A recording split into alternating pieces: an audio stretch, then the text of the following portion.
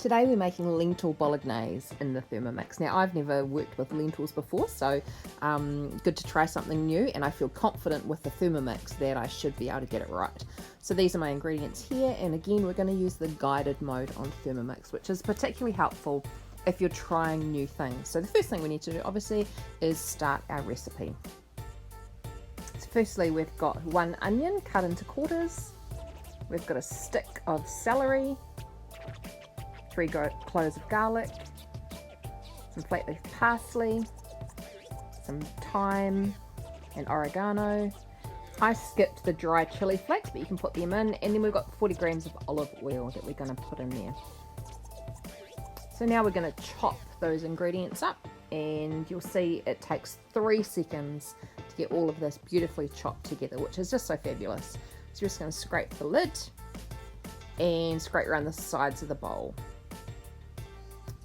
because we are about to cook that.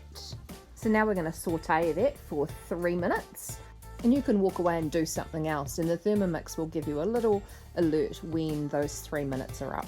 So once that's done, our bowl unlocks from the lid and we can carry on with our recipe.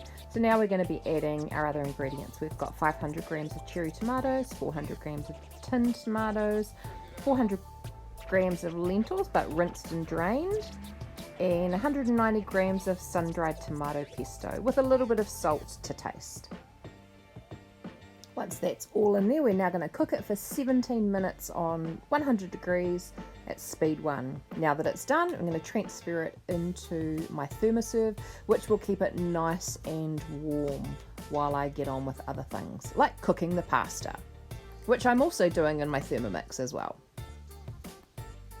Okay, so now it's time to plate up. So I've got my pasta, which I cooked in my Thermomix, and I'm about to spoon the lentil bolognese over the top, and I'm going to finish it off with a little bit of fresh basil. I can confirm this was absolutely delicious, and for more depth of flavour, make the sauce the day before you're serving and simply store it in the fridge until you're ready to go. You'll find this recipe and all sorts of others on Cook I Do, the online recipe platform for Thermomix.